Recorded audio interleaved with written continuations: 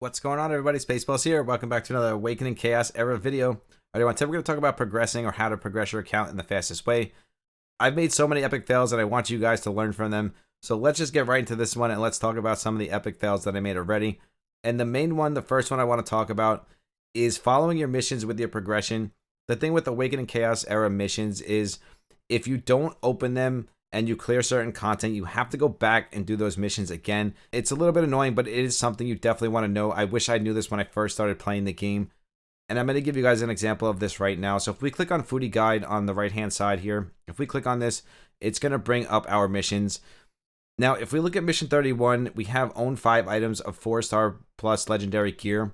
The thing with this is the campaign gives you, I think, 3 or 4 sets of 4-star legendary gear. I think one is around campaign 3, and then campaign 5, and then campaign 6. Somewhere in there, mixed between the normal and hard, you're going to get a legendary rage set, HP set. But the game does give you 3 4-star legendary sets. If you don't open this mission before you collect those sets, you're going to have to do what I have to do and go farm one of the dungeons, one of the rune dungeons. I'll show you in a second what I'm talking about. You're going to have to go farm the 4-star legendary runes there. And early game, that's not easy to do, trust me, because you're not going to be able to farm stage 8 or stage 9 right away. It's going to take some time to get there. So a quest that I could have finished right away, now it's going to take me a couple days to finish it because I have to wait until I can start clearing stage 8 or stage 9. And I'll show you what dungeon I'm talking about really quick. Let me just go back. So that's going to be under Arcane Dominator where it says daily to-do list. We can click that and that'll bring us to the dungeons. So all of these dungeons will drop runes. It doesn't matter which one you farm first. I personally like to farm speed sets and I recommend you guys doing the same. Tulip does drop crit rate sets, but we know in gacha games, crit rate sets fall off and eventually late game, nobody uses crit rate sets. You're either using crit damage sets or some other type of damage set. Crit rate sets never stick. They're really only good early game. And the other 2 sets is HP and defense. And honestly, I don't really think you need them. I would much rather have speed sets because speed sets are something that you're going to farm forever. You can never have enough speed in these gacha games. And if this game is like every other gacha game out there when it comes to the speed meta, we're going to be farming these speed sets for the rest of our time playing Awakening Chaos Era. So I recommend you guys farming speed sets first, and that goes into building a water team. The good thing about this is most of the really good epics are water, so it'll be really easy for you to start farming this dungeon first. So if we see stage 7 only drops 3 and 4-star gear, we need legendary gear to complete that quest. So we actually have to get to stage 8 in order to get that quest complete. And I'm going to take a guess here, but I'm going to say that we're probably going to get mostly 3-star legendary gear from this stage. The thing is, when you really start farming this dungeon, and another progression tip is you want to start at stage 9. This way you're getting 4 and 5-star gear. This way you're not wasting your bread. Now, just to finish that mission, you can do stage 8 until you get the 4 pieces, the 4 legendary pieces. That's fine. But I would say when you want to really start farming the dungeon and dumping bread into it, I would start at stage 9. And that goes for all of these rune dungeons. I just think that's the best way to look at it, not sit here heavily wasting your bread on stage 7 or stage 8 when you can easily be farming stage 9 and getting 4 to 5-star gear. I feel like wasting a ton of bread on stage 7 and stage 8 is just going to hinder your overall progression, being that there is a bread cap in the game or a stamina cap in the game.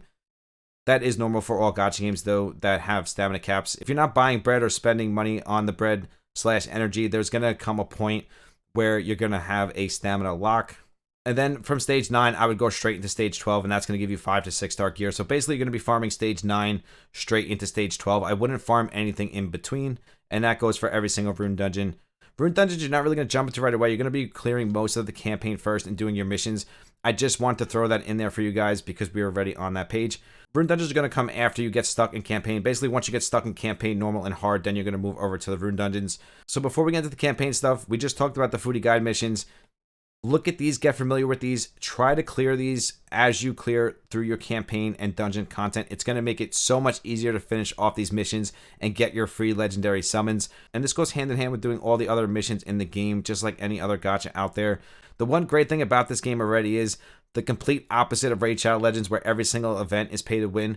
Every single event so far in Awakening is completely free-to-play friendly. Most of these events you just complete by playing the game, and I absolutely love that. Shout out to them again for making these events so awesome.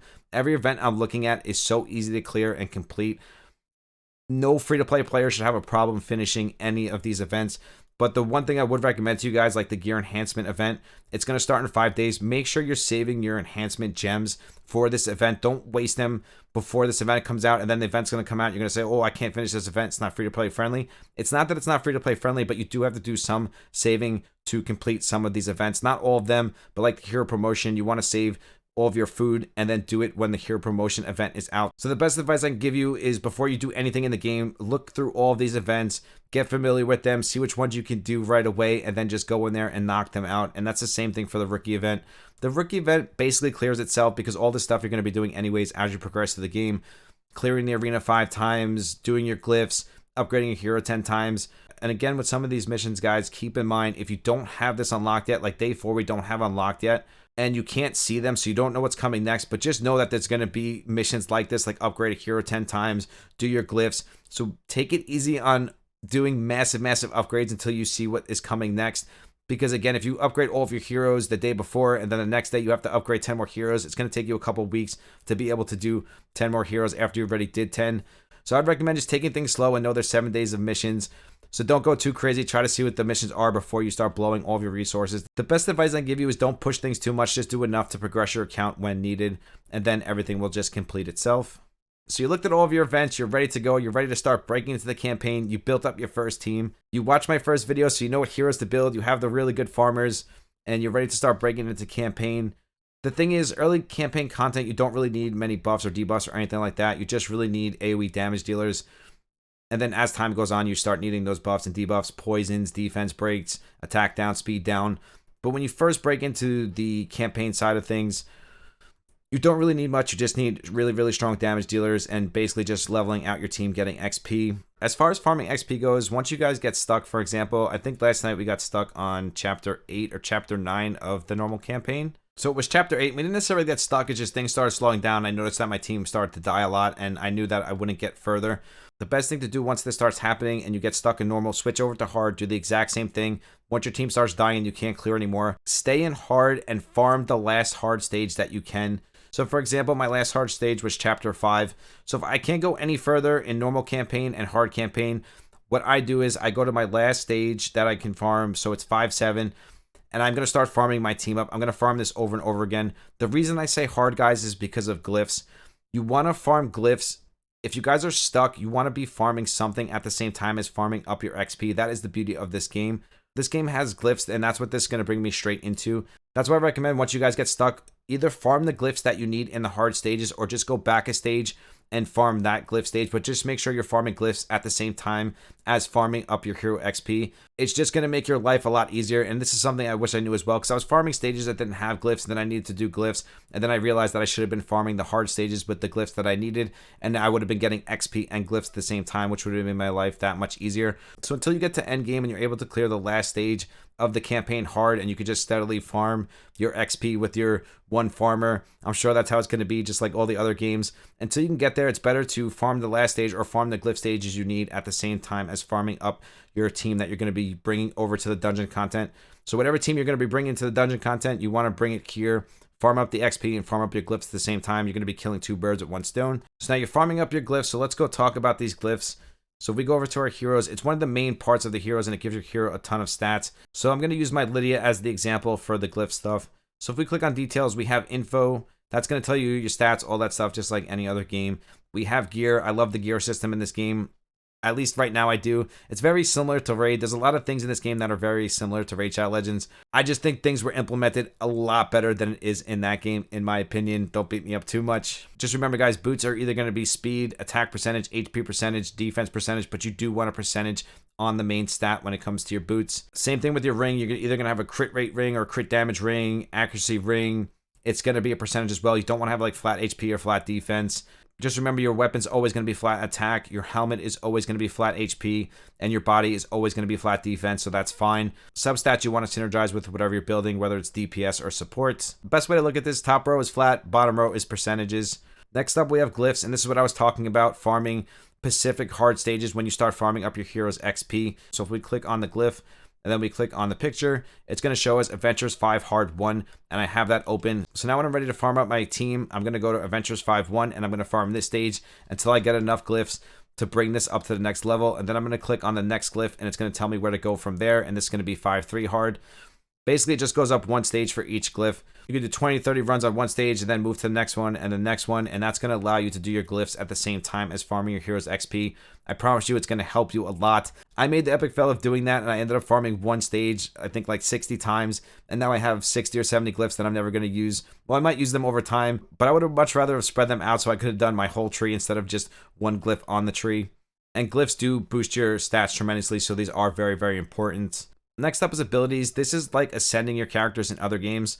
The thing with this game is, and I really, really like this feature as well, they made ascending traits basically. I believe on epics, you only have to do 2 ascensions to boost the trait, and then on legendaries, it's 5 ascensions. Let me just look at an epic so I can be sure about that. On epics, you only need 2 ascensions, and then on legendaries, you need 5 ascensions. Because outside of upgrading the traits, it basically just gives you stats. So base attack, you're getting 15%. And then base defense, you're getting 50%. So nothing too crazy. The most important thing is getting your boosted trait. So for epics, it'll only be 2 ascensions. Legendary, it's going to be 5 ascensions. So it's going to be much easier for you to build up your epics than your legendaries. That's common for any gacha game though.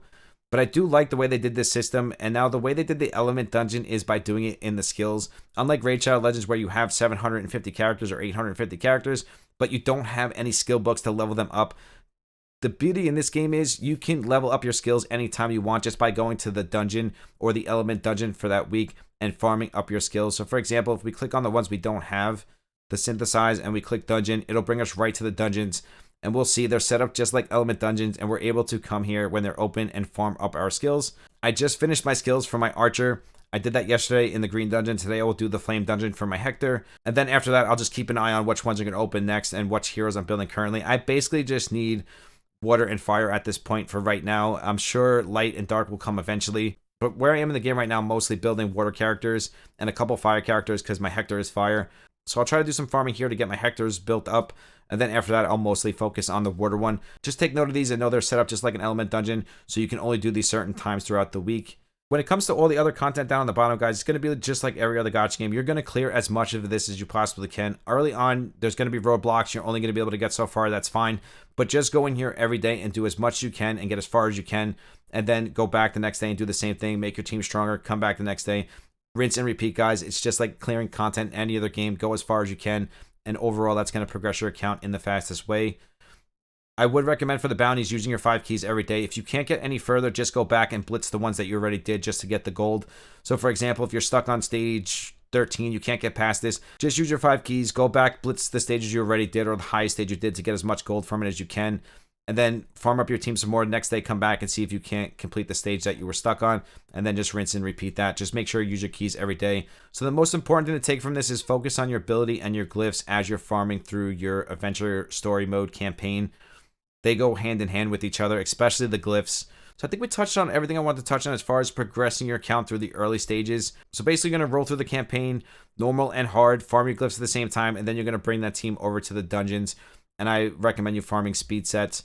Now, some other things I want to throw in here real quick is the bread. Just keep in mind, guys, there is a bread cap.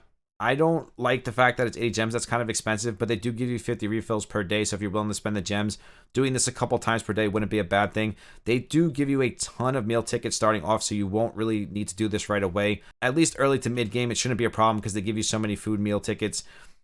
So you shouldn't have to worry about wasting your gems. You could use these gems on summons. Now, you guys are probably going to ask me, should we use our gems on summons? If you're looking for specific characters or you're missing something on your team, yes, you should, but you should save some just in case you need them for something else. I wouldn't recommend just coming in here and wasting all of your gems. Always save a couple just in case you need them for something else. They do have the limited summoning, which is tied to the Void Tower. So as you clear the Void Tower, you're going to get the summons from that, and you can bring them here, and you're able to get from this pool. As far as arena goes, clear as much of this as you can every day. Obviously, do your challenges, get your gems, go to your training. Do this first, get your 50 gems every day, and then you can go onto the regular arena and just clear as much as you can to do your missions and stuff like that. Guild is really important because it has guild boss, and in this game, one great thing about this game is the guild boss rewards are amazing. I'm going to put a screenshot on the screen for you. I got such good gear already. I was shocked on how good the guild boss rewards are. So I 100% recommend you guys getting into a guild as soon as possible. This is going to help your account tremendously because the rewards here are insane. They did a really good job at making Guild Boss worth it. So jump into a guild. I'm sorry, we filled up yesterday, last night on Twitch. If you guys want to message me on Discord, I'll try to get you in over time if someone goes inactive or something like that. Currently, right now, we're full, but if you want a spot in Spaceland, just message me on Discord and I'll try to get you in if I can. Next thing is friends. You always want to have as many friends as you possibly can. That's always an important thing. Just like any other game out there, friends go hand in hand with the game itself because you get missions, bread, usually stuff like that. So the main part of your progression is going to be foodie over here on the right. Pay attention to these missions, guys. I can't tell you that enough. Go through stage 1, 2, and 3. That is going to boost your overall account progression, especially early on. It's going to give you a ton of rewards, gems, summons, and it's just going to make gameplay so much easier for you. I'm going to leave this video here for now. I'm going to pick this up again with progression maybe number 2 as I progress my account further, and I'll let you guys know my epic fails so you guys can learn from them. But we're going to leave it at that. If you guys have anything to add to this, if I missed anything, of course, please comment down below and let me know what you're thinking. I love to hear what you guys have to say. We have the sub celebration going on, and that video is always linked down below. If you want to follow me on Twitch and Discord, those are also always linked down below. We do 2 monthly giveaways on Discord, random giveaways on Twitch. If you want to be a part of the random giveaway that we do here on YouTube, all you do is sub to the channel, like and comment on my past 10 videos, and that will automatically enter to the random giveaway. I truly do love each and every single one of you. I will see you in the next one. Spaceballs out. Peace.